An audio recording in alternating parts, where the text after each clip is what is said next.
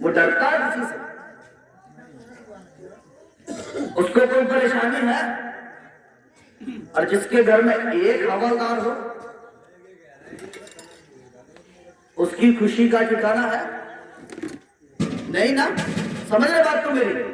میں جو سمجھانا چاہ رہا ہوں، اور جو اس سے پلس چلا جائے اس کی خوشی کا ٹھکانہ، اس پر فخر کرتے ہیں، کرتے کہ نہیں کرتے ہیں؟ اور جو خود MLA بن جائے یا اس کے گھر میں کوئی بن جائے، جو خود منتری بن جائے، پھر وہ پھولے سماتا ہے، وہ پھولے سماتا ہے۔ کیوں؟ رشک کرتا ہے کہ دنیا کی اب کوئی بھی پریشانی میرے سامنے گھٹنے ٹیکتی ہوئی نظر آئے گی۔ دنیا کی کوئی بھی پریشانی ہو، منٹوں میں، چٹکیوں میں میں ایسے حل کر دوں گا۔ کیوں؟ کیونکہ میرے پاس ایسی پاور ہے، میرے پاس ایسی پاور ہے۔ تو کیوں بھول گئے؟ وہ پاور چند دنوں کی ہے، وہ طاقت چند مہینوں کی ہے، وہ جس پر تو ناز کر رہا ہے، وہ خوشی تیری دنیا برباد کر دے گی۔ اور جو انعام تجھے اللہ تبارک و تعالیٰ نے دیا ہے، اگر تو اس پر خوش ہو جائے، اس پر خوشی بنا لے، تو تیری دنیا بھی بہتر ہے اور آخرت بھی بہتر ہے۔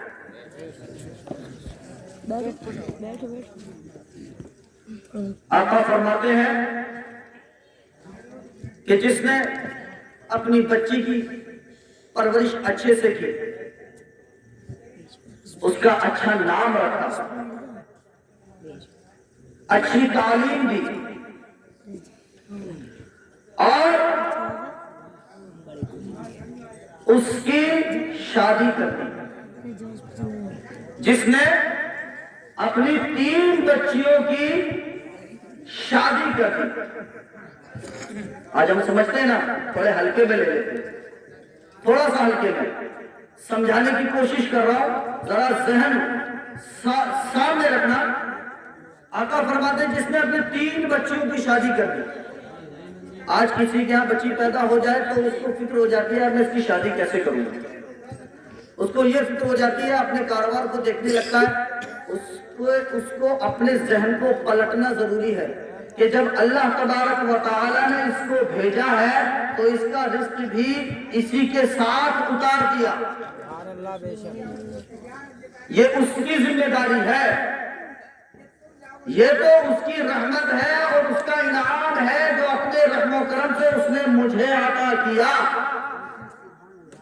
اگر ہم اپنے ذہن کو چینج نہیں کریں گے تو نہ ہم دنیا میں کامیاب ہیں اور آخرت میں اسی سوال میں پھنستے ہوئے نظر آئیں گے۔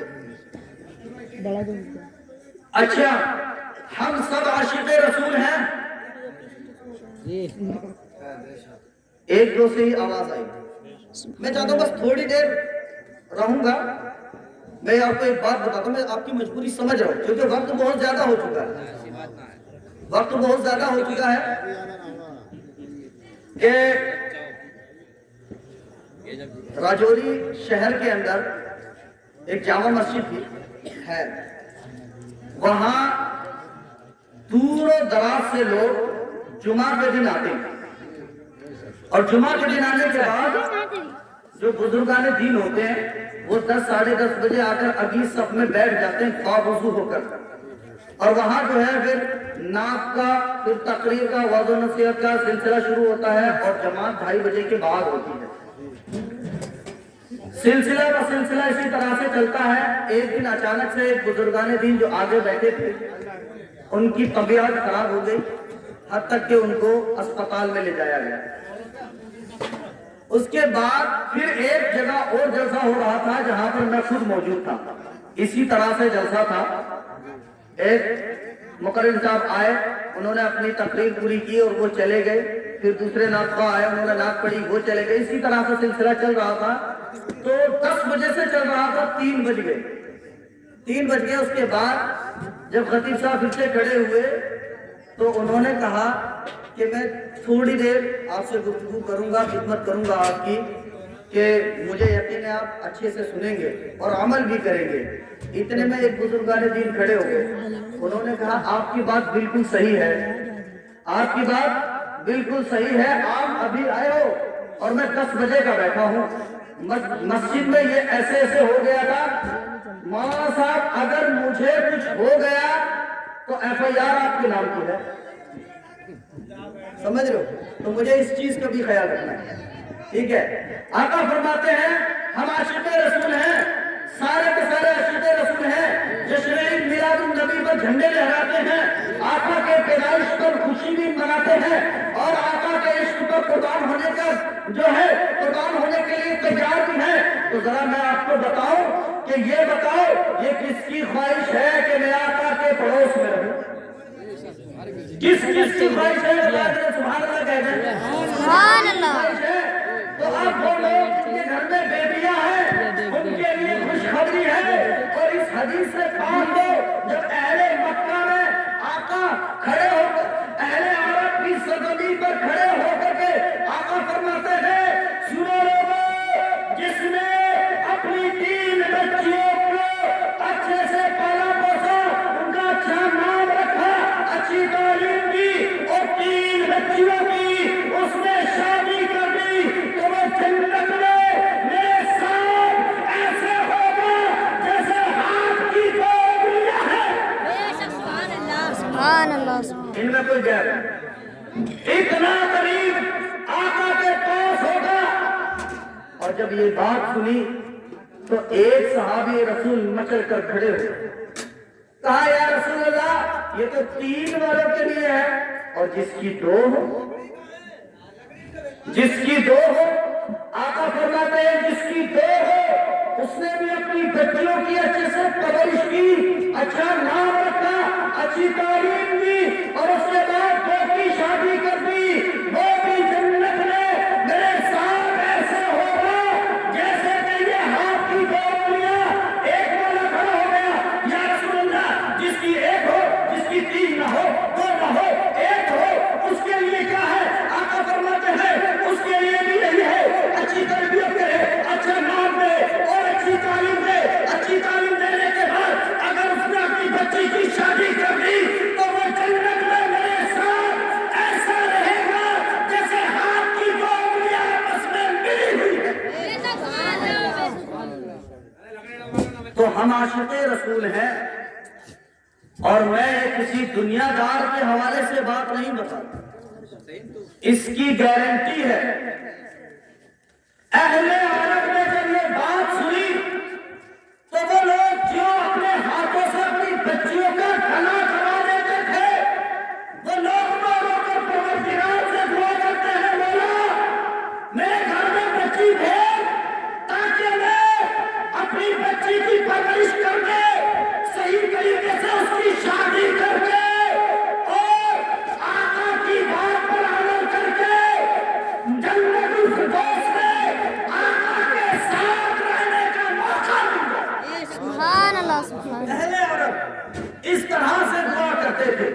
اللہ اکبر۔ یہ تو تھی تھوڑی دیر اس پر گفتگو، جو میں نے کہا مولا کریم سے دعا ہے کہ میرے کہنے سننے یا میری کم علمی کی وجہ سے مجھ سے کوئی خامی ہوئی ہے، اپنے رحم کرم سے معاف فرمائے۔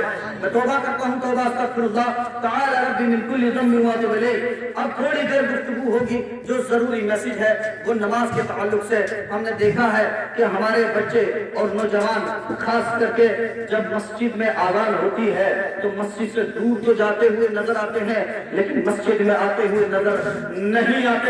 آج دنیا میں کسی کو بھی پکڑ لو، علماء کرام موجود ہیں، یہ بھی اس بات پر گواہی دے سکتے ہیں جہاں جہاں بھی یہ خدا کے گھر میں خدمت کر رہے ہیں وہاں پر ان کے مقتدی بھی یہی کہتے ہوئے زیادہ تر نظر آتے ہیں مولانا صاحب میں نے کاروبار تو کر لیا ہے لیکن پریشانی دور نہیں ہو رہی، پریشانی دور نہیں ہو رہی۔